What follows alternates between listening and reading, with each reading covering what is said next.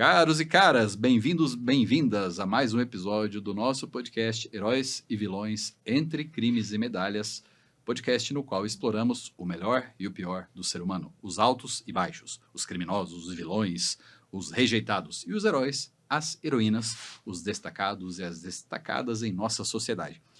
E hoje, no episódio de número 11, continuamos em uma espécie de série sobre o sistema carcerário. No antepenúltimo episódio, entrevistamos Elcio Martins Basdão. Se vocês não viram, volta lá para assistir, porque ele é diretor regional do DEPEN, Departamento Penitenciário do Paraná, e nos trouxe uma visão muito rica sobre a atualidade do sistema penitenciário, ele com vários anos de experiência na profissão. No episódio anterior, esse aí, um episódio inclusive especial, porque nós ingressamos na Penitenciária Estadual de Londrina 2, em vários setores, entrevistamos várias pessoas, inclusive conseguimos fazer imagens com a devida autorização, evidentemente, dentro da própria cela, do próprio X, como eles chamam, e falamos com 3 internos sobre a sua percepção sobre o sistema e suas perspectivas acerca da própria recuperação para a sua devolução ao convívio na sociedade. E hoje vamos amplificar, vamos aprofundar essa percepção que o podcast Heróis e Vilões traz sobre o sistema carcerário, entrevistando nada mais, nada menos do que o Michel Hildebrand, que é o diretor dessa mesma penitenciária, que é um exemplo de unidade prisional em nível nacional. Ele que dirige, tem vários anos de experiência também, foi meu colega na época em que eu trabalhei como advogado dessa penitenciária, trabalhamos juntos na época, e hoje ele vai trazer uma visão diferente daquelas que nós tratamos em episódios anteriores. Como diretor, e com a sua experiência profissional, ele dialoga com todos os setores da unidade, ele dirige tudo o que acontece ali, seja com servidores, seja com os próprios internos, e ele vai falar um pouco para nós hoje sobre esse dia a dia dentro, literalmente dentro do sistema prisional, com suas grandes responsabilidades e tudo o que a profissão exige, né? Michel Hildebrand, muita alegria, meu amigo, tê-lo conosco aqui. Seja bem-vindo aos estúdios da Tarobá, Band de Londrina. Uma alegria, uma honra muito grande tê-lo conosco aqui e poder contar com a sua experiência, com as suas vivências no sistema carcerário, a sua disponibilidade, tanto por ter colaborado com a nossa visita, né? E, enfim, não podia estar presente no dia, nós tivemos notícia de um imprevisto que aconteceu, mas a Band, a Tarobá e o nosso podcast não desistimos e hoje conseguimos trazê-lo até aqui. Muito obrigado, tá? Bem-vindo aqui aos nossos estúdios da Band, do podcast, e vou começar te perguntando, aí quanto tempo de sistema, sua carreira, quando você ingressou, chegou aí a um cargo de direção. Bem-vindo, Michel, a palavra é sua, fala pra gente um pouquinho da sua trajetória. Obrigado, Fabrício, já deixo aqui registrado o nosso agradecimento, em nome da Polícia Penal do Paraná, esse espaço para demonstrar um pouco do trabalho que a Polícia Penal vem fazendo no Paraná, mais especificamente em Londrina, na PEL 2, né? Bom, eu comecei meus trabalhos no ano de 2006, concurso de 2004, não sabia onde que eu estava pisando na época, não sabia o que era um agente penitenciário, qual que eram as funções que eles desempenhavam. Comecei na Casa de Custódia de Londrina, mês que vem, inclusive, 19 anos de sistema. Com 10 meses, após 10 meses, foi inaugurado o Centro de Detenção e Ressocialização de Londrina, que hoje é a atual PEL 2. E por ali permaneci grande parte da minha trajetória no sistema. Até a partir de 2011, fazer parte das divisões de segurança, começar a ter um pouco mais de contato com outros setores que antigamente não tinha, né? Em 2013 eu fui convidado para ser chefe de segurança da Casa de Custódia de Londrina, onde permaneci por 3 anos. E logo após a rebelião da PEL 2, em outubro de 2015, eu retornei para ser chefe de segurança daquela unidade. E de lá para cá foram vários ali gestões de unidades prisionais. Eu cheguei a ser vice-diretor da PEL 2 em 2020, na época da pandemia. Em 2021 fui convidado para ser para diretor da Casa de Custódia de Londrina. Inaugurei a PEL 3 como primeiro diretor em 2022. Tá? E em outubro de 2023 retornei para a PEL 2, que é a minha unidade de lotação, o qual tenho muito orgulho de estar representando hoje. Legal, começou ali na PEL2, que antigamente tinha outro nome, e passou por diversas cadeias e voltou ali para PEL2 hoje, né, Michel? Isso. E deixa eu te perguntar. Lógico, a gente vai falar um pouquinho da questão da gestão, do próprio sistema, do fluxo, etc. Mas o nosso podcast aqui ele tem muito sobre entender o ser humano, entender as pessoas, né? Sejam os vilões, criminosos ou acusados de crimes, sejam também os heróis, aquelas pessoas ídolos, enfim. Você né, tem uma carreira vencedora, etc. Né? Chegou a um nível de diretoria, com muito aprendizado, com certeza, ao longo de 19 anos. O que a gente pode dizer para quem nos ouve, Michel? O que a gente aprende sobre pessoas, sobre o ser humano lá dentro? Porque é um ambiente totalmente diferente, né? Embora com algumas similaridades, né? Tudo que tem aqui fora talvez tenha lá dentro em outro grau, outra escala, outro contexto. Mas você tem pessoas ali, tanto servidores quanto internos, né? Pessoas que cometeram crime ou crimes, ou talvez até acusados de crimes de forma injusta. Mas você aprende muito sobre o ser humano ali, né? O que você poderia transmitir para nós aqui, Michel?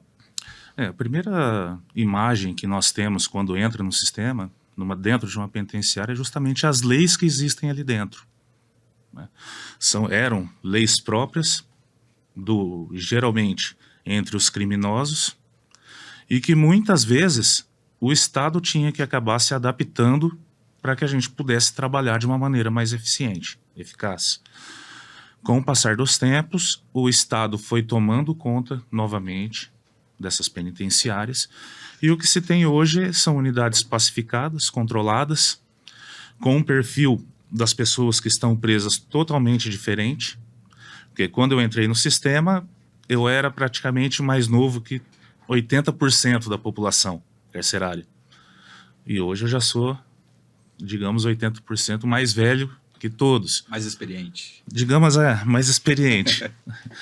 Teve uma mudança desse perfil do preso, a mudança dos servidores também. Tá? E quando eu falo dessa mudança de perfil do preso, são de todos, praticamente em todos os requisitos, passando por educação, trabalho. Né? Quando eu entrei lá em 2006, praticamente 50% das pessoas que se encontravam presas tinha ali um ensino fundamental. Né? A gente vai fechar esse ano agora, de 2025, com mais de 600 presos com ensino médio completo na PEL2. Então o preso também ele está procurando outro tipo de reivindicação.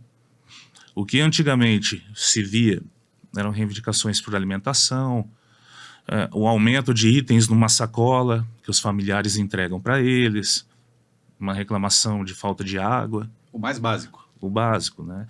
E o que acontece no Brasil inteiro? São as mesmas reclamações.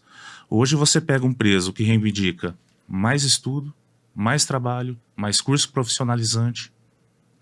Então, essa mudança de perfil do preso é algo que foi mais significativo, que foi percebido nesses 19 anos. E você acredita isso, Michel? Importante essa pergunta, surgiu até da tua resposta.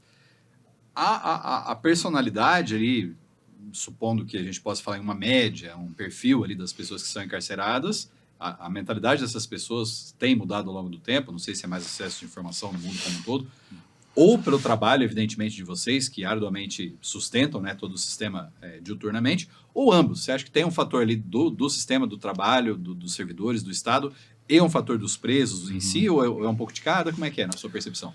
Eu acredito que o preso ele vai se adaptar àquilo que o Estado oferece para ele. O tratamento penal há 15 anos era feito através de campeonato de futebol, batizado de capoeira, 5, 6 presos estudando numa sala de aula, presos fazendo artesanato. Tá? Então aquilo era o que eles tinham de tratamento penal. Poucas opções. Poucas opções.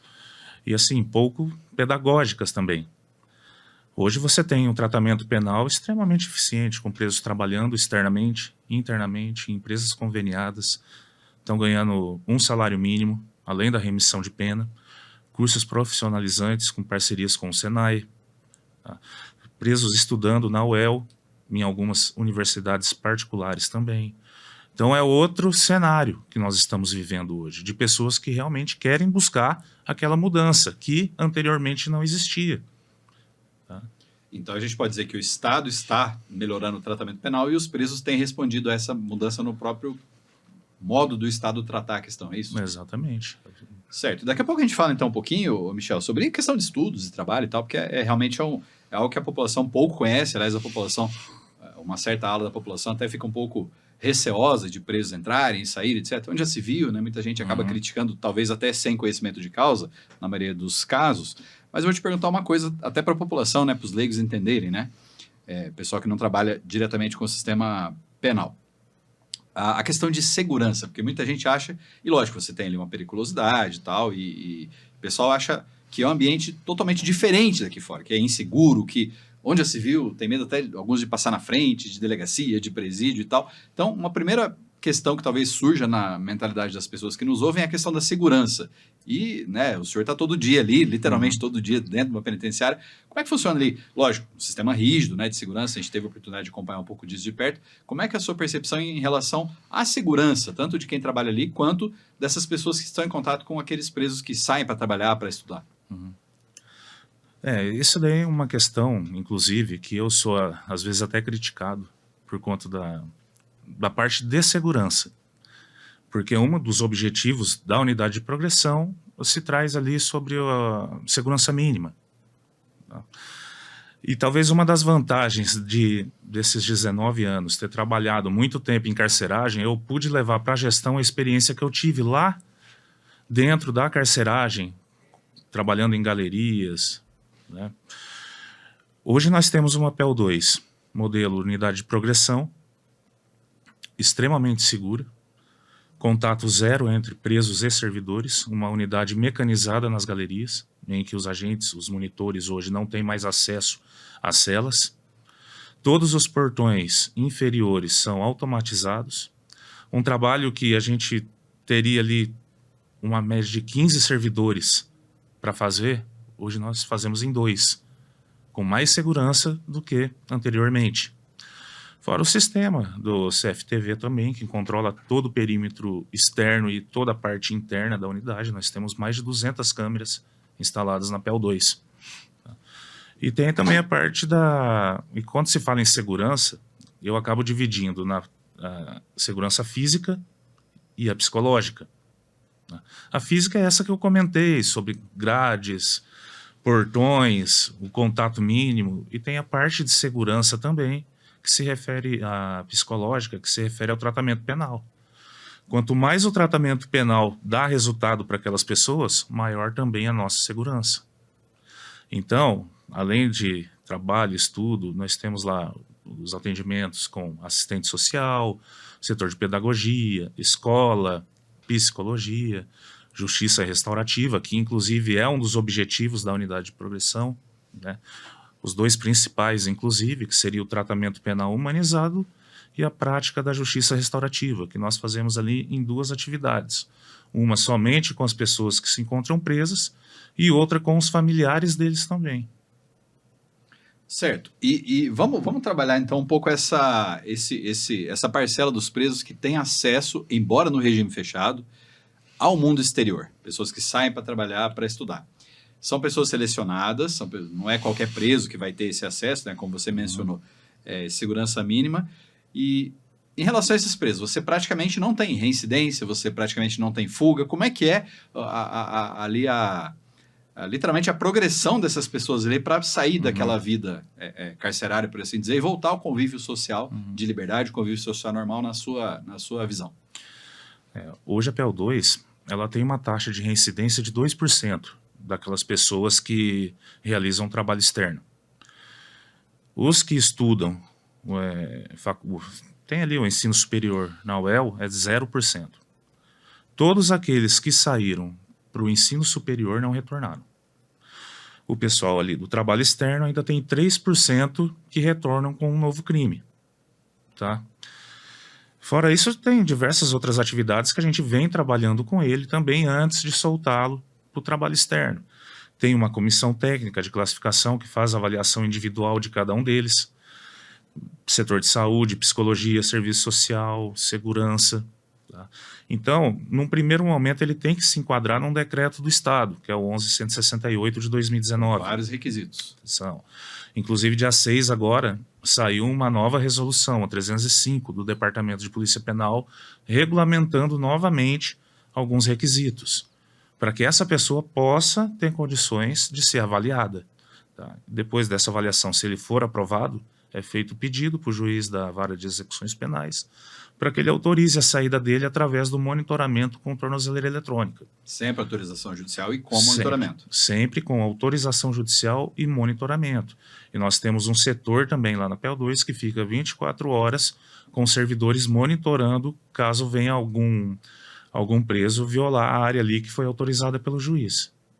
Certo. E quando você fala, Michel, isso é interessante até nós, assim, que não convivemos com isso no dia a dia, para a gente entender, né? Você falou em segurança mínima, que rende até um certo grau de críticas, né? Porque se escuta muito falar, segurança máxima e tal. E como é que é, então, essa gradação entre segurança mínima e máxima? A mínima é quando a pessoa tem esse acesso ao mundo exterior, a máxima é aquilo que a gente vê realmente né, as pessoas veem na mídia. Como é que é essa escada entre a segurança mínima e a máxima? A PEL2 ela foi construída como uma penitenciária de segurança máxima. Certo. Tá? As regras da unidade de progressão têm ali a segurança mínima. Né? Por exemplo, se a gente pegar a primeira unidade de progressão do Paraná, que foi a PCE, a Central do Estado, lá eles pegaram um prédio desativado, reformaram e colocaram pessoas já selecionadas lá dentro. A PEL2 foi diferente, nós tivemos que transformar ela já com os presos lá dentro. Sem seleção. A gente começou a selecionar a partir daqueles que já estavam lá. Que tinha de tudo, por assim dizer. Tinha de tudo. E assim, são artigos que a gente que não estão no critérios, foram num primeiro momento selecionados, né? E ainda existem poucos ali que não se enquadram no perfil. Porém, esses são frequentemente transferidos para outras unidades para a gente conseguir absorver das demais unidades aqueles que encaixam no perfil da unidade de progressão.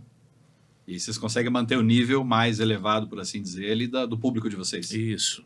Daí esse preso, ele não pode ter um crime hediondo, apesar do tráfico ser aceito na unidade de progressão. Hediondo. Isso. Ele não pode fazer parte de facção criminosa, ele tem que ter bom comportamento, e até dia 6, antes de sair essa nova resolução, era progressão de regime até 5 anos. E agora aumentou para 7. Essa foi a principal diferença dessa nova resolução do departamento.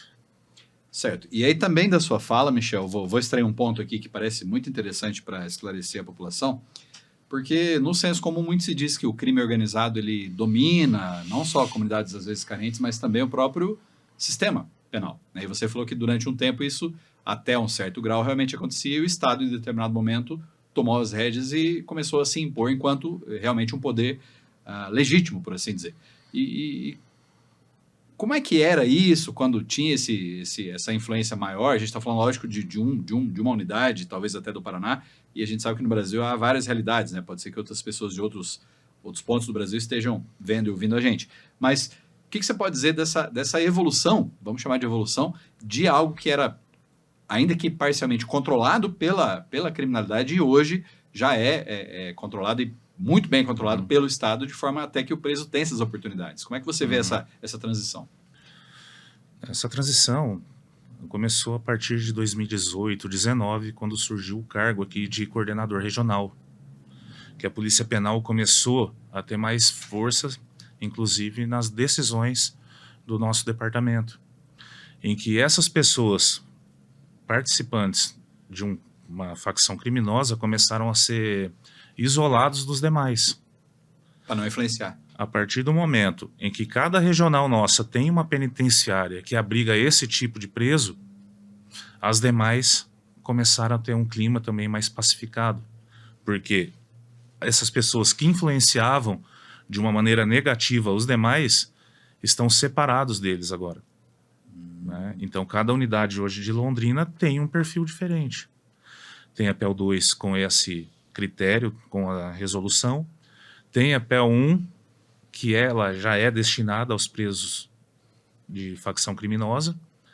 A PEL3, presos condenados e que não fazem parte de facção criminosa, e a casa de custódia como sendo aquela primeira triagem, que saindo do centro integrado de triagem de Londrina, local que eles vão presos no primeiro momento, por lá permanecem aproximadamente 30 dias e vão para a casa de custódia, que é a responsável por fazer essa individualização da pena e indicar para cada unidade aquele preso com perfil.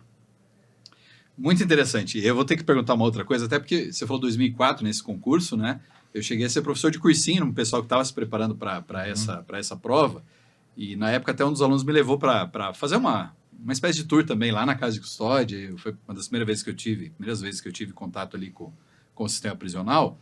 E você tinha ali um concurso de agente penitenciário, né? Hoje você tem até funcionários terceirizados, e você falou um ponto aí que me parece que foi também decisivo em relação a essa mudança, né, de trato do Estado com essas pessoas ali privadas de liberdade, que foi a transição de agente penitenciário para polícia penal.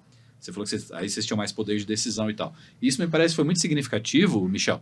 Gostaria que você falasse para nós, então, porque realmente polícia dá mais uma ideia de mais poder, mais inteligência, mais poder de decisão, como você pontuou. Como é que foi essa transição e quais são os pontos mais relevantes que você percebe de diferenciação entre um agente penitenciário e um policial penal, e qual foi o fator que fez com que isso fosse decisivo nessa mudança que você percebeu nessa época? A principal é a qualificação.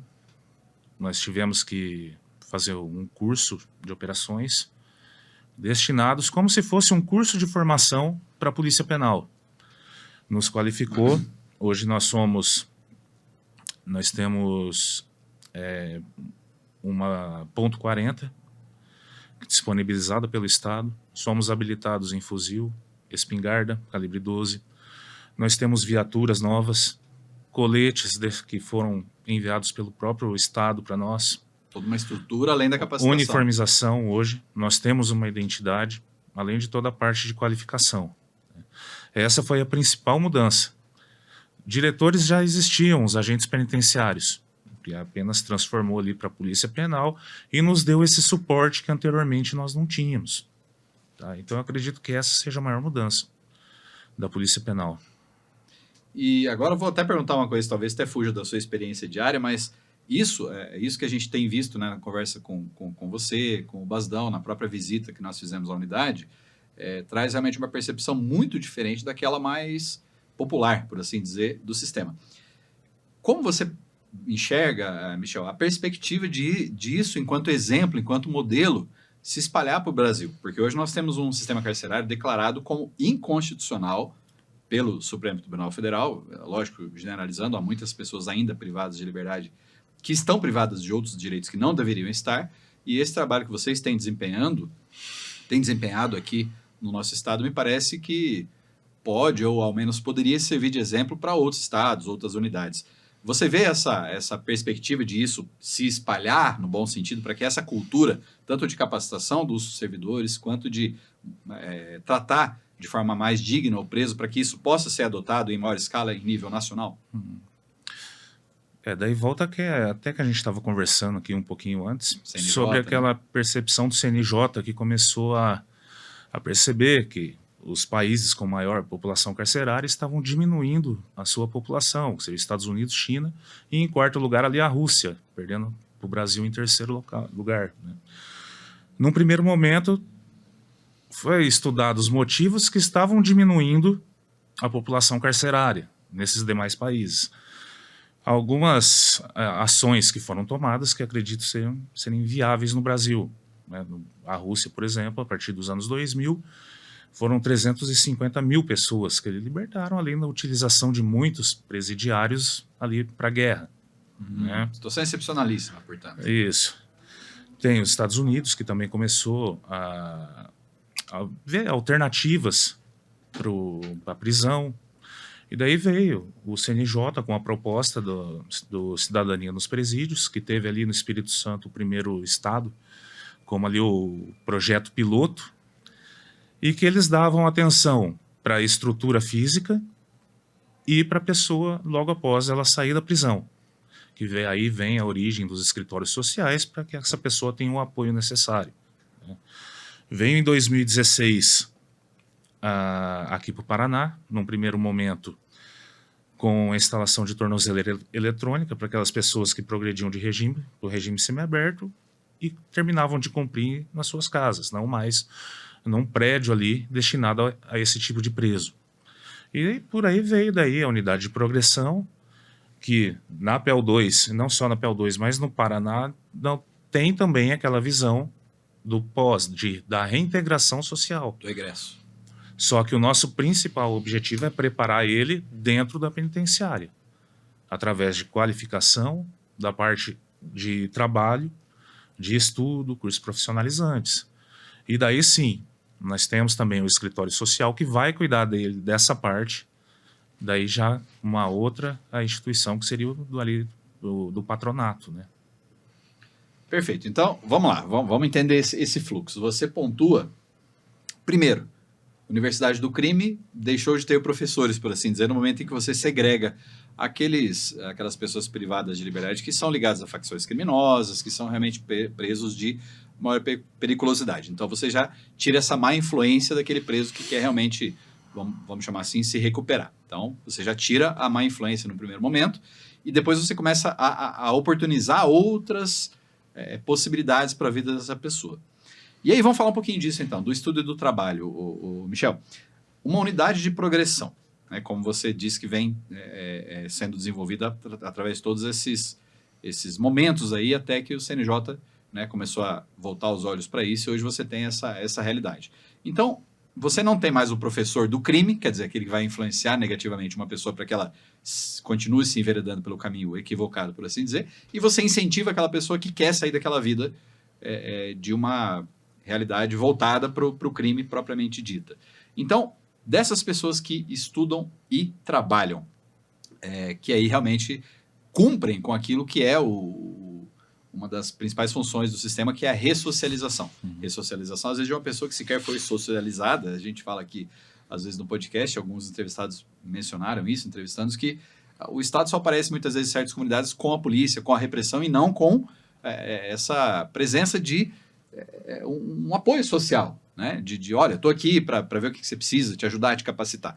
Então, fala um pouco para a gente, primeiro de uma forma mais genérica, sobre essas pessoas que saem para trabalhar, para estudar. Você já falou que eles são selecionadas e tal. Que realidade você tem visto aí? Não sei se você também tem algum case, alguém que você, lógico, sem citar nomes, né? Alguma pessoa que você poderia citar como exemplo, algum caso aí como exemplo. Olha, a pessoa está estudando, está trabalhando, veio daqui, agora está indo para lá, etc. O que você tem visto em relação a essas pessoas que, lógico, a gente sabe que praticamente não tem residência, né? Isso é motivo de muitas congratulações para você, para a sua equipe, para os profissionais como um todo, mas não só não tem praticamente fuga em residência, mas as pessoas estão, e nós conversamos com os presos, estão aproveitando essa oportunidade. Né? Queria que você falasse para a gente, porque isso a sociedade praticamente não vê. São vários exemplos, bons exemplos que nós temos, né? De presos que saem da PEL2 diariamente para trabalhar. Geralmente eles saem ali por 6 horas da manhã e retornam por volta das 7 horas. Tá? Todo esse translado dele, existe um monitoramento com tornozeleira eletrônica. E questão de resultados, então. Não vou citar nomes, mas nós temos hoje 12 empresas conveniadas. E essa semana a gente conseguiu mais 2 convênios. O interessante também é que hoje as empresas estão procurando o trabalho prisional. As empresas procuram? Isso. Até em 2023 nós tínhamos ali um servidor, que é o chefe da parte de trabalho, que saía nas empresas oferecendo o trabalho. E hoje a gente é procurado por empresários, justamente para que eles querem o convênio com o Estado para empregar a mão de obra prisional. E nós temos lá alguns exemplos de presos ainda no regime fechado, que em algumas dessas empresas eles são chefes. Ele sai de manhã da penitenciária, chega na empresa e ele é o supervisor, e ele retorna à noite, preso. Ele que coordena uma empresa praticamente inteira. Muitos deles saem da penitenciária através ali de uma progressão de regime, são contratados pelas empresas. E daí sim, já no regime CLT, com todas as garantias trabalhistas. Tá? E assim, são vários desses. Alguns abrem a própria empresa também, empresários. Nós temos lá a empresa de confecção, de decoração, construção civil, automação residencial, frigorífico. assim, o leque está já se abrindo. Não é mais só futebol, é capoeira. Não é mais artesanato. futebol, não é capoeira e não é artesanato. Então, o empresário e o preso entendeu aquilo que a gente quis colocar na PEL 2, uma mudança de mentalidade. Ela parar de procurar aquilo que sempre foi uma penitenciária. Então agora a gente quer que ele procure também, já que a gente está oferecendo essa oportunidade, que ele procure se especializar para se reintegrar de uma maneira efetiva. Aí são vários exemplos de universitários que hoje são advogados, com escritório, né, com AB, professores. Então, é um trabalho muito gratificante, a partir do momento que você vê esse resultado. Eu digo gratificante porque é uma maneira que nós estamos ajudando a sociedade, o Estado, né? A gente está não só colocando essa pessoa, dando qualificação, como toda a parte da segurança pública, de tirar essa pessoa do crime. Repercute na sociedade como um todo esse Exato. trabalho, né? E que interessante que você falou, Michel, também eu não tinha essa visão, de que às vezes o sujeito lá dentro ele é um preso, ele tá ali dentro, privado de liberdade durante a noite, mas de dia ele sai para trabalhar e ele atinge cargos de liderança, inclusive. E eles reportam, assim, alguma coisa, olha, mas em relação aos próprios subordinados, né? Fiquei com essa curiosidade agora. Olha, mas um preso aqui mandando em mim, como é que pode? Alguém relata alguma coisa, algum tipo de preconceito, algum tipo de um olhar de diagonal ali? Fala, mas peraí, mas esse sujeito aqui tá... Tem algo nesse sentido que eles sofrem, que você tenha ciência lá fora? Como é que é? No início, lá em 2020, 2021, tiveram alguns presos, inclusive, que foram ameaçados por pessoas que não eram presas. Porque justamente... O contrário, portanto, do que Exato. se esperava, por assim É o dizer, no senso contrário. comum. Porque eles estavam achando que o preso estava tirando o trabalho de uma pessoa, aqui em liberdade, né? Então, tiveram, assim, a parte de preconceito teve, tá? Porém, a partir do momento que eles começaram a ter a convivência com essa pessoa e que ele agarrou aquela oportunidade e que ali ele é um empregado igual aos demais, daí encerrou esse preconceito. Mesma coisa os universitários. O universitário é o que não tem, nunca teve nenhum tipo de preconceito com essas pessoas. Muito pelo contrário. O apoio que eles precisavam sempre foram os colegas ali que deram. Então é uma relação bem pacífica também. Mas hoje no trabalho externo está bem tranquilo. Essa relação está pacífica e a gente não tem problema de relacionamento entre pessoas ali presas trabalhando externamente com os demais empregados. Não por esse motivo. Por esse motivo, não. Tá, e aí deixa eu te perguntar, você falou que até as empresas procuram o sistema ali em busca enfim, de mão de obra, etc. Converso com muitas pessoas no campo, na cidade, não só aqui na nossa região, como em outros lugares do Brasil, e se diz muito, e em vários setores também, Michel, que falta mão de obra. A pessoa não quer trabalhar, enfim, por N razões. Então, não se fala muito em desemprego, e me parece que quem quer trabalhar, sim, tem oportunidade. E você acredita que a busca por parte aí dos empresários por esse perfil de mão de obra se deve à escassez de mão de obra ou ao fato de esse convênio trazer certos benefícios para as empresas, ou você acredita que esses dois fatores se mesclam aí para que essa procura aconteça? São os dois fatores. Tiveram alguns convênios que nós começamos com 5 presos implantados ali, através de convênio. Hoje essa mesma empresa tem 50, 60 presos. Nós temos um frigorífico em Biporã, que 100 presos já estão implantados lá. O convênio inicialmente era para 30. A partir do trabalho desses 30, que eles viram ali neles uma perspectiva boa, aumentou para 100, estão pedindo mais 100. Então já vai para 200. E tem também a escassez. Não só a escassez, mas a rotatividade. Das pessoas que entram nesse tipo de trabalho e já entram procurando outros. E já essa pessoa que está presa por ali, ela permanece. Aproveita a oportunidade, permanece no trabalho e tem a oportunidade, inclusive, de continuar depois, quando estiver em liberdade. Inclusive progredindo na carreira, etc., como você pontuou. Exatamente. Né?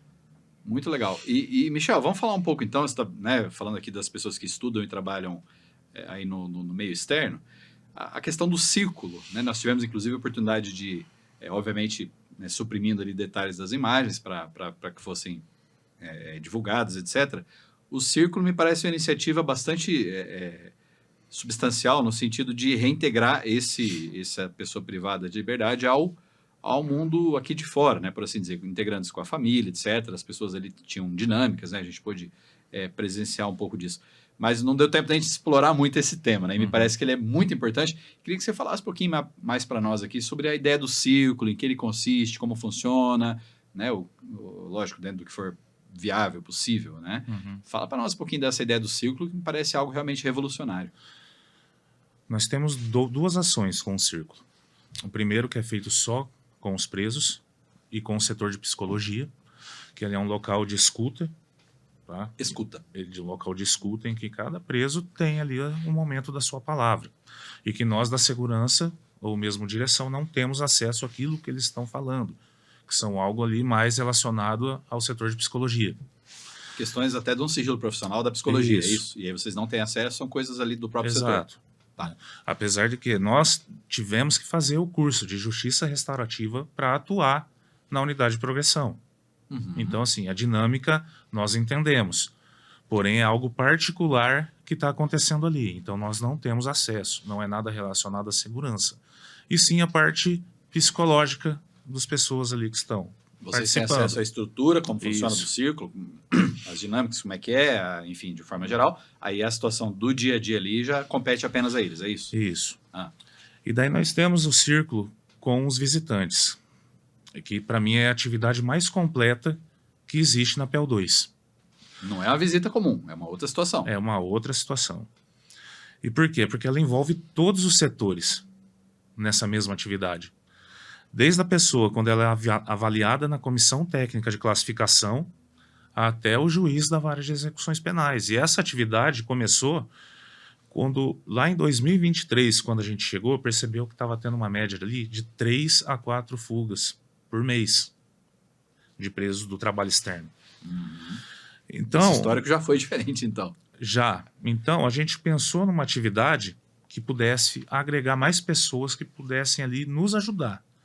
Então, a gente pegou e começou a convidar os familiares para aquelas pessoas que foram aprovadas pela Comissão Técnica de Classificação e antes do pedido deles ser feito ao juiz da VEP, a gente chama essas pessoas e coloca elas no circuito, junto com a unidade de progressão. Então, a partir daquele momento, eles estão fazendo parte do projeto também. E isso daí, hoje, esse ano, 2025, a gente não tem 3 fugas. Então, foi um resultado Era por mês, agora você a não tem meio longo ano. prazo que deu um resultado fantástico. Né? E é uma atividade interna.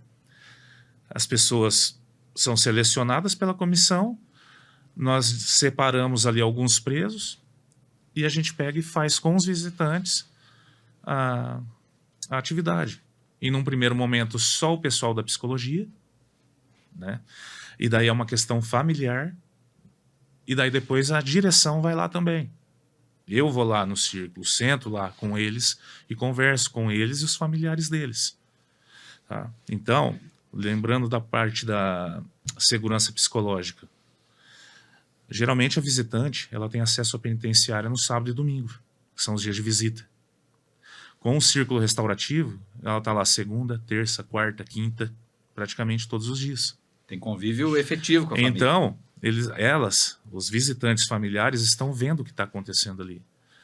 Eles estão vendo o preso trabalhando, estudando, tendo seus atendimentos de advogado, assistente social, fazendo curso.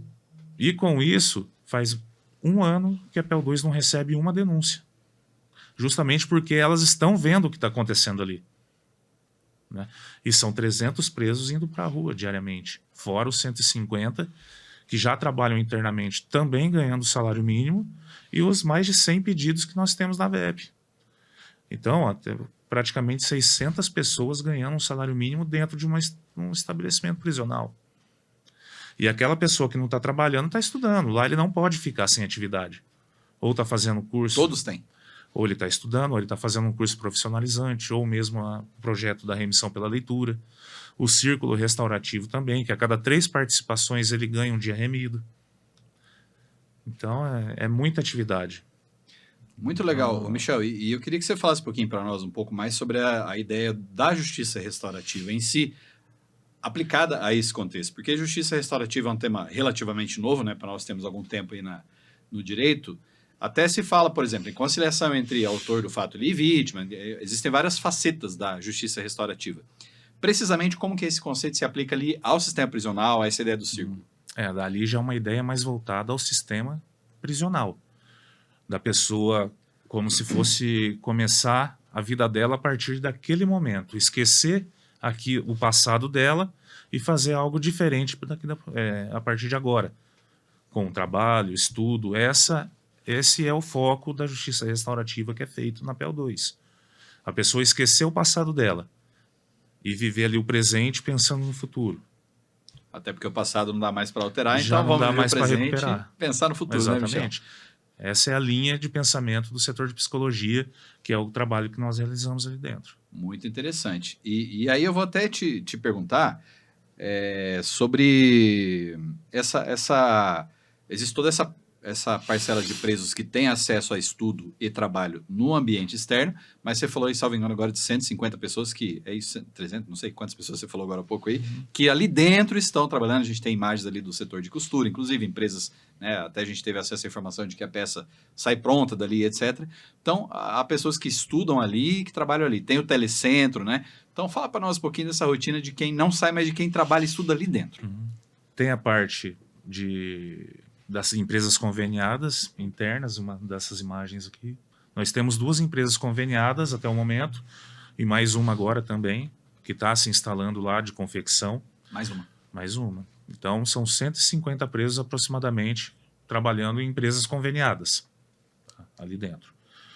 O telecentro, nós temos 5 presos fazendo faculdade à distância, que são presos que não foram autorizados pelo juiz por conta da quantidade de pena ainda a ser cumprida. E 2 presos, eram 3, mas um já foi para o regime semiaberto. E 3 presos que fazem ali um curso preparatório para medicina, vestibular de medicina da UEL, que é um projeto do nosso setor de pedagogia que se chama Sala do Saber. E eles estão ali, é um projeto, um curso de mais de 300 horas. Tá? Vai durar ali um bom tempo e tentando preparar eles, né, para um curso bem concorrido, numa das principais do Brasil, inclusive. Né? Vamos conseguir esse troféu, hein? Já pensou? A aprovação em medicina? Dificílimo, né? Ensino fundamental, no caso fase 1 e fase 2, o ensino médio, né? Acredito que no final do ano a gente vai ter mais de 600 presos com ensino médio completo, que é algo também que praticamente nunca houve no sistema, pelo menos na PEL 2. Geralmente a maioria é ensino fundamental, ali do 1º ao 9º. E hoje mais da metade, até o final do ano, mais da metade de uma unidade com ensino médio completo e com oportunidade, através de parceria com a UEL, inclusive, de cursar um curso superior. Legal. E esse telecentro, então, a gente teve a oportunidade também de visitar esse ambiente, fazer imagens ali. Ele tem, então, uma diversificação de opções ali para o interno. Tem bastante. Tem curso ali de ciências sociais, né, parte de educação física, psicologia. Né? Inclusive, tinha um preso que fazia psicologia na modalidade à distância, que depois foi autorizado numa faculdade particular frequentar presencialmente. Tá? E além desse curso também, desse preparatório para medicina, vestibular. Então, todo preso ali ele tem também essa oportunidade de fazer uma faculdade à distância ou mesmo um curso preparatório. Tá? E ainda falando um pouco sobre estudos, Michel, você tem ali dentro, a gente pôde também registrar imagens de uma biblioteca. Você tem uma biblioteca ali, os presos têm acesso a livros e como é que funciona? A gente está falando de um país em que a leitura realmente ela é deixada de lado, infelizmente. No Brasil é um país que lê pouco, mas ali os presos têm acesso a livros, a gente tem uma biblioteca muito bem estruturada, né, com um volume razoável ali de obras. Você tem ali presos que têm hábito de leitura. Como é que você vê essa questão da leitura ali dentro? Ali funciona como se fosse uma biblioteca, realmente. Todo dia de manhã existem 2 presos que trabalham na biblioteca. E eles distribuem diariamente livro para todos os presos da unidade. Né? Então ele anota aquele preso que pegou o livro, numa semana, na outra semana ele vai lá e recolhe, ou se o preso quiser renovar, ele renova também. Inclusive são os livros também que fazem parte do projeto da remissão pela leitura, né? Inclusive nós temos um projeto que nós recebemos universitários lá toda sexta-feira. E esses universitários fizeram ali uma ação em que conseguiram mais 7 mil livros 7 para a mil. gente. 7 mil Universitários livros. de qual ou quais cursos? Geralmente o que a gente recebe ali é direito e psicologia. Tá? Apesar de a gente ter recebido também de medicina da UEL, que eles vão ali para conhecer o nosso espaço da área de saúde. Mas geralmente são esses universitários do curso de psicologia e direito, e de todas as universidades de Londrina, região. Nós tivemos universitários de mais de 100 quilômetros que vieram para conhecer a PEL2, né? E realmente eles saem de lá com uma visão um pouco diferente daquilo que eles imaginavam que eles iam ver, que é o preso com a mão para fora na cela, gritando sobre superlotação. E ali eles olham, eles entram dentro de celas de presos que estão no trabalho externo. Eles olham o ambiente, que é um ambiente pintado, né? Que geralmente você pensa numa cela, aquele negócio bem escura, fria, suja. Daí ele entra numa cela que é pintada, que o preso não pode riscar aquela cela, e os presos não riscam. Não vai ficar contando o dia ali que nem você Não vê nos conta, filmes, né? não conta.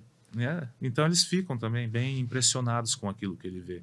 Claro que eles não vão ver isso em todas as unidades do Brasil, mas essa experiência que eles tiveram e que eles têm, inclusive, é bem proveitosa, inclusive, para a profissão deles. Interessantíssimo, Michel. Agora, deixa eu perguntar uma coisa até mais direcionada à sua pessoa, porque enquanto diretor de uma unidade, que responsabilidade, né? Gerir qualquer empresa, qualquer instituição não é fácil, né? Liderar, enfim, pessoas internos e servidores, etc. E você dialoga ali com o jurídico, com a assistência social, com a psicologia, enfim, com a enfermaria, vários e vários setores, né? Como é que é você poderia traduzir para nós, assim, de forma geral, o teu dia a dia ali? Sempre tem muita coisa para resolver, incêndio para apagar, como se diz nas empresas metaforicamente e tal. Como é que é ser diretor de um presídio, teu dia a dia, meu amigo? Conta para nós aí, que lógico, a gente está falando de um exemplo, né, de unidade, mas tem seus desafios, né? Tem, não são poucos. Imagino. Mas pegando uma fala que o Basdão teve, que ele é apaixonado pelo trabalho dele, e assim, da mesma maneira que eu sou também, eu gosto muito da minha profissão. Então a gente faz com vontade, que a gente quer que a PEL2 vá para frente, a gente quer ajudar o Estado, a sociedade. E a partir do momento que você tem uma integração entre os setores, o trabalho fica mais fácil, né? E integração com os presos, com os familiares deles, também tudo fica mais fácil. A gente consegue trabalhar. Então, a partir do momento que a gente tem uma equipe integrada, nós temos os presos pensando em estudar, trabalhar, os familiares sabendo de tudo que acontece ali, tendo acesso à direção a hora que eles quiserem, fica tudo mais fácil. A gente, como eu citei há pouco, que nós há um ano, nós não temos denúncias.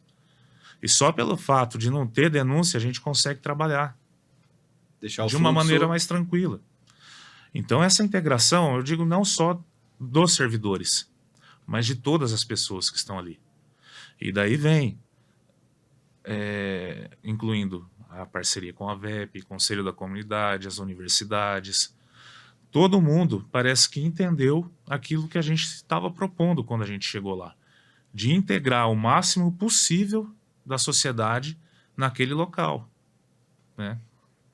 E os setores entre si, né? Você que acaba enxergando tudo de cima enquanto diretor. A social com a saúde, o jurídico com a segurança e tal.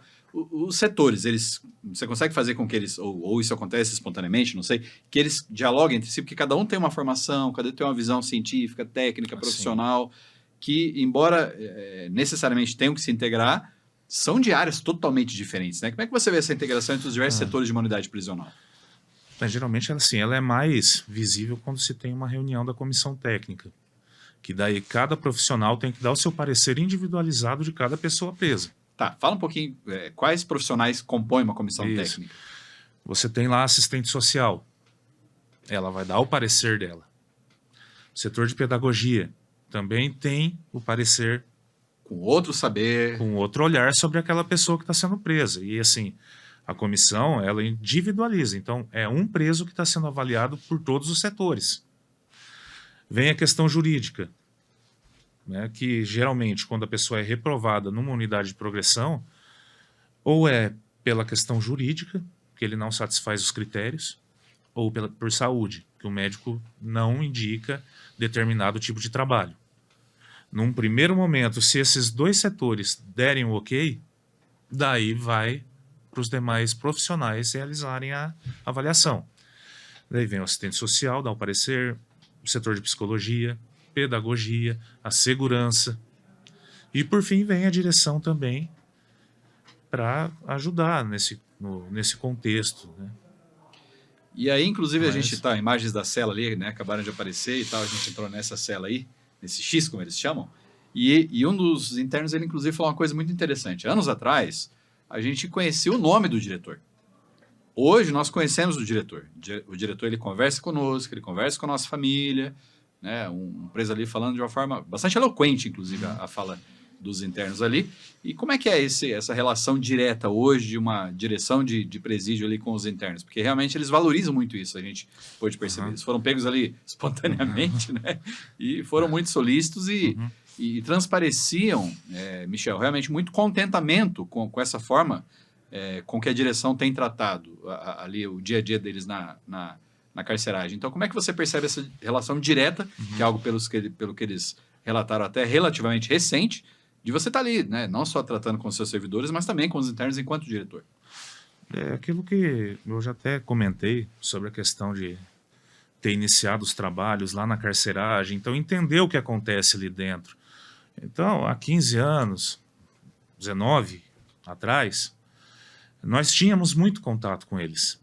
E a gente acabou não Que cuidava da cela, dos portões, Isso, literalmente, né? E a gente acabou não perdendo esse costume.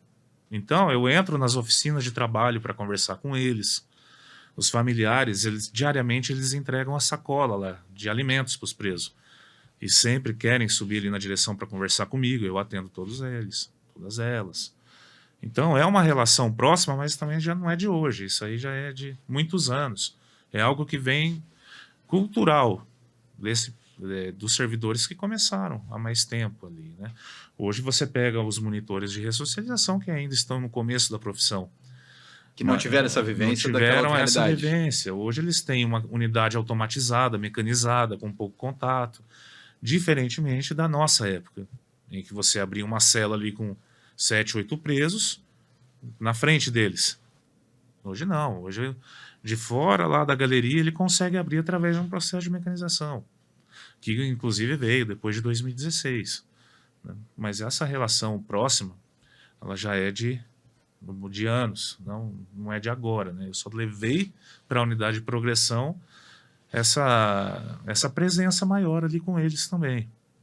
E são pessoas, né, Michel? Porque a lei de execução penal, ela fala, ó, o sujeito ele é privado de liberdade, mas ele tem mantidos os demais direitos que a Constituição Federal Sim. outorga a cada um de nós. Saúde, igualdade, enfim, assistência educacional, religiosa, trabalho, etc. Então, são pessoas que cometeram um ou mais erros na sua vida, ou enfim, até condenados injustamente. Acontece, né? Mas, enfim, são pessoas. Sim, eles perderam a liberdade, não a dignidade, né? Isso. Então, eles têm os direitos deles todos preservados. E a gente vai buscar trabalhar cada vez mais para levar um tratamento penal mais eficiente ali, que a gente possa realmente ajudar não só eles, mas toda a sociedade, que isso é o que vai refletir depois, quando ele for para a rua, a maneira que ele foi tratado e a qualificação dele que ele teve ali dentro de uma penitenciária. Para não sair pior e sim melhor do que entrou, e eles têm percebido isso também, né? Exato. E agora, Michel, a gente está aí com alguns minutos antes de concluir nosso episódio, mas eu vou te perguntar, 19 anos, com certeza vai ter muita história, né? Muita coisa que você vivenciou e tal. Uma história aí que te marcou, ou mais de uma história, né? Se você pudesse recordar aí, deve ter uma ou algumas mais marcantes aí, mais relevantes aí que você poderia compartilhar com a gente, obviamente, sem falar nome, etc, e sem identificar, né? Mas deve ter muita história para contar, né, Michel? Tem bastante, daria um livro Não Ó, fica a meta aí, escrever um livro, hein? não só eu, mas todos os agentes penitenciários e hoje os policiais penais tiveram várias situações ali que nós vivemos e com o tempo a gente acaba até esquecendo, porque vira algo tão normal pra gente aquilo tudo. Num primeiro momento é um choque aquilo que você vê dentro de uma penitenciária. Você não está acostumado, eu era bancário antes de entrar no sistema. Outro mundo. Então eu tinha uma outra visão, que nem eu citei, eu nem sabia o que era ser agente penitenciário. Eu entrei na casa de custódia e comecei a ver aquele mundo totalmente diferente. E assim, histórias são as mais diversas possíveis, de presos, de servidores. E assim, especificamente uma eu não vou lembrar agora, porque é que não citei, fica tão comum pra gente. A gente acaba se acostumando naquele ambiente de uma maneira que parece que já faz parte. Né? Não é algo extraordinário mais. Então eu não vou lembrar, Fabrício, algo específico de um, assim, Não, sabe? mas eu peguei de surpresa, né? Então. Deve ter muita história, mas você pega de bate-pronto. Não... Não, mas tudo bem, volta em outro episódio com histórias prontas aqui, a gente chama de O novo. que eu tenho, o que eu lembrei agora, eu era chefe de segurança da Casa de Custódia de Londrina. E quando teve a rebelião na PEL 2, eu ficava com 2 rádios HTs. Que ano que foi isso mesmo? 2015. Ah, de 2015, tá. Um ficava sintonizado na Casa de Custódia e o outro na PEL 2. Porque já existiam ali algumas informações de que poderia ter uma rebelião naquela unidade. Chega um Isso. barulhinho antes, né? E quando foi no dia, umas 10 horas da manhã, que eu comecei a escutar no rádio aquela movimentação da PEL 2, os presos já estavam ali tomando a unidade. E eu peguei a casa de custódia, estava inteira solta. Daí eu falei, bom, tá tendo uma rebelião na PEL 2, então eu vou fechar a casa de custódia para que não se expanda, né? Para cá. E daí, para não alertar nenhum servidor, eu também não avisei ninguém do que estava acontecendo. Eu fui lá e eu mesmo peguei a chave, eu fechei todas as celas. Pessoalmente. E ninguém sabendo o que estava acontecendo. E ninguém nem também percebeu o porquê que eu peguei a chave e fui fazer o trabalho deles. Que era das pessoas escaladas ali. Quando eu fechei a última cela, os presos começaram a gritar que estava tendo rebelião na PEL 2. E nisso eles começaram a jogar tudo que eles tinham dentro da cela nos servidores. Porque lá a cela ela é aberta.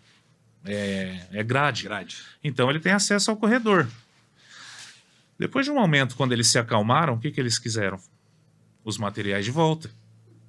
Ou seja, tudo aquilo que eles jogaram nos servidores, funcionário, devolve aí. Eles começaram a pedir para que a gente, autoriza a gente pegar de volta aquilo que a gente jogou. Agora você quer, né? Mas assim, histórias dessas são várias. E essa é excepcional, né? Uma situação de quase rebelião, né? Que vocês conseguiram contornar. Sim. Inclusive, na época, a Casa de Custódia foi uma das poucas unidades prisionais naquele período de 2013 a 2015 que não teve rebelião. E claro, os servidores que estavam ali também, muito profissionais. Acho que é essa a história, mas até mais eu preciso lembrar, agora eu não consigo. Já lembrou, tá? Essa história que a gente não escuta por aí. Heróis, tá vendo? Os funcionários heróis que impediram literalmente uma rebelião que se espalhasse para uma outra unidade.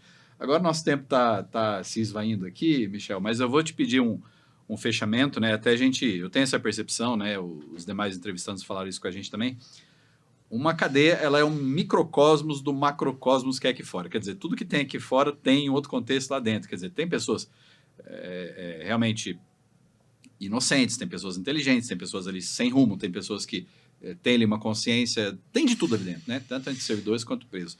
Para fechar aqui, né? A sua conclusão sobre 19 anos, né? Não são 19 dias.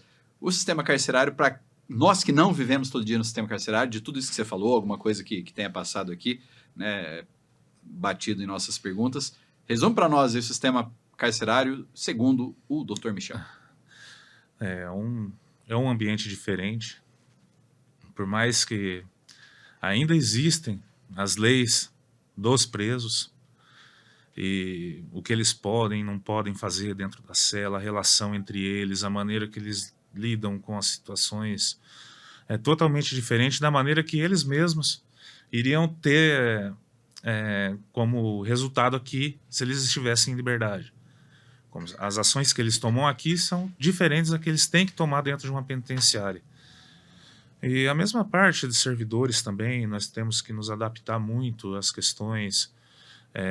Inclusive tem o Gustavo Taca, que é o nosso vice-diretor, é um dos maiores defensores que tem dos direitos humanos. Ele é formado em Direito, então é um ambiente extremamente diferente daquilo tudo que a gente vive aqui, né? É só quem conhece mesmo que... Por isso que a gente até oportuniza os universitários para que eles conheçam a unidade e tenham uma visão um pouco diferente daquilo tudo que eles escutam. Então, é importante conhecer, porque a gente falando também, como a gente é muito acostumado com aquele ambiente, fica tudo tão normal. Comum. E as pessoas, quando vêm para conhecer, principalmente o PL2, elas saem com outro olhar de lá. Então, é importante que as pessoas conheçam e também a divulgação do nosso trabalho, que muitas vezes não é reconhecido, né? E eu acredito que seja isso. Eu agradeço demais e da minha parte, pessoalmente, eu deixo aqui meus parabéns, minhas congratulações para você, para o Basdão que esteve com a gente, para o Taca, para toda a equipe, todas as pessoas que a gente pôde dialogar. Eu também tenho um pouco de vivência, né, nessa questão prisional. Realmente tem muita coisa positiva que não é divulgada, que é bem diferente daquilo que a população muitas vezes tem como visão do que é um presídio.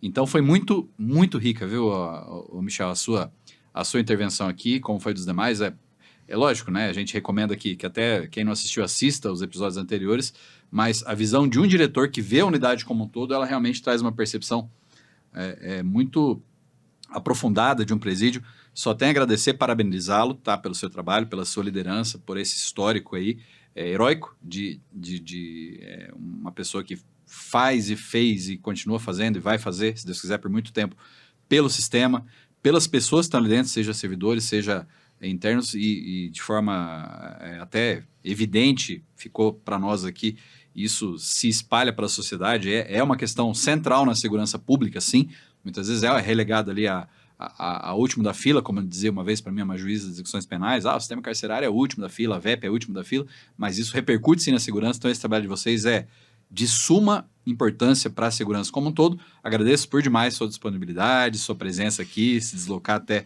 o nosso estúdio para falar conosco, muito obrigado, parabéns. E com isso, meus caros e minhas caras, nós finalizamos mais um episódio do nosso querido podcast Heróis e Vilões Entre Crimes e Medalhas, episódio de número 11, hoje falando com quem? Michel Hildebrand, com quem está há 19 anos no sistema, dirige uma penitenciária, não deve ser absolutamente fácil, mas os frutos são colhidos, muitos resultados positivos ele trouxe para a gente hoje, para que a gente reflita sobre uma realidade diferente daquela que às vezes a própria mídia, as próprias conversas familiares e nos bares e centros sociais da vida não nos trazem. Então, muito obrigado e com isso deixamos vocês por aqui, ficamos por aqui e até os próximos episódios do podcast Heróis e Vilões. Muito obrigado, nos vemos.